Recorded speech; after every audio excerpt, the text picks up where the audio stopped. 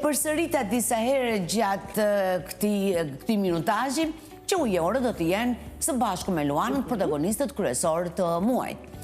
Hëna e plot ndodh përballë tyre. Minimalisht quhet si qartësim se çfarë duan të tjerët, se çfarë ndjejnë të tjerët, se çfarë plane kanë të tjerët në lidhje me ta.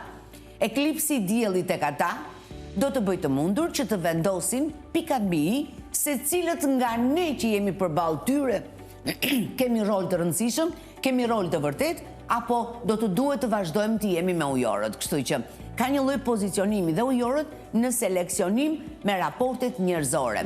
Çfarë dhe kush është i rëndësishëm dhe kush jo vetëm për nga rëndësia e rolit, por dhe i lehtë për të bashkëpunuar, i vërtet në bashkëpunim dhe çfarë dhe kush duhet lënë pas.